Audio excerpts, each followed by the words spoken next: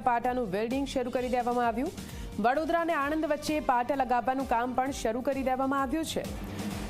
આપને જણાવી દઈએ, પ્રોજેક્ટ માટેના પાટાઓ જાપાનથી ખરીદવામાં આવે છે, જેની લંબાઈ 25 મીટર જેટલી હોય છે।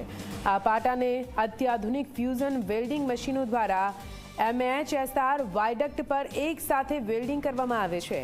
અત્યાર સુધી આવા 298 જેટલા પાટાની પેનલ્સ એટલે કે લગભગ 60 કિલોમીટરના પાટાનું વેલ્ડિંગનું કામ કરી દેવામાં આવ્યું છે। બેડ ટ્રેકના બાંધકામની 4 બેઝ કાર્યરત રાખવામાં આવ્યા છે। ટ્રેક બાંધકામ મશીનરીના 4 સેટની વ્યવસ્થા કરાઈ છે। અત્યાર સુધીમાં 23,000થી વધારે સ્લેબ કાસ્ટ કરી દેવામાં આવ્યા છે।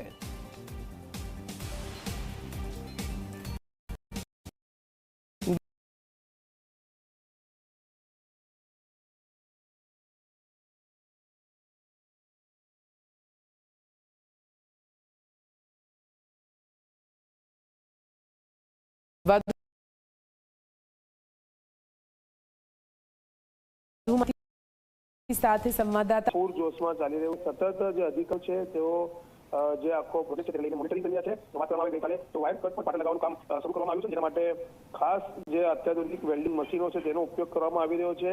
વડોદરા અને આણંદ વચ્ચે પાટા લગાવવાનું કામ શરૂ કરવામાં આવ્યું છે, જેમાં જાપાનથી આ પાટા ખરીદવામાં આવ્યા છે, જેની લંબાઈ 25 મીટરની આસપાસ છે અને 2 પાટાના જોડાણ માટે આ મશીનનો ઉપયોગ કરવામાં આવી રહ્યો છે।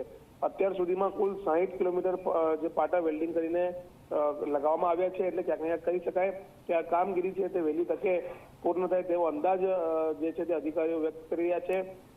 જ્યારે અહીંયા એમના જે મુખ્ય અધિકારી આવ્યા હતા એક વખત અને તેમની સાથે પ્રેસ કોન્ફરન્સમાં વાતચીત થઈ ત્યારે તેમણે કીધું હતું કે 2026ની આસપાસ જે આખો આ પ્રોજેક્ટ છે તે પૂર્ણ થવાની તેમને શક્યતા છે। જે ટ્રાયલ રન છે તે 2026ની આસપાસ શરૂ થશે સુરતથી બીલીમોરાના વચ્ચે, એટલે ક્યાંક ને કહી શકાય કે આ ટ્રાયલ રનને પહેલા આખો આ જે રૂટ છે અમદાવાદથી મુંબઈ વચ્ચેનો તે રૂટ પર ઝડપી કામગીરી કરવામાં આવી રહી છે। જી નીતિ।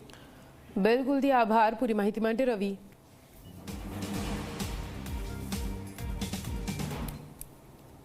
અને આ સાથે રોકાશું એક બ્રેક માટે। આપ જોતા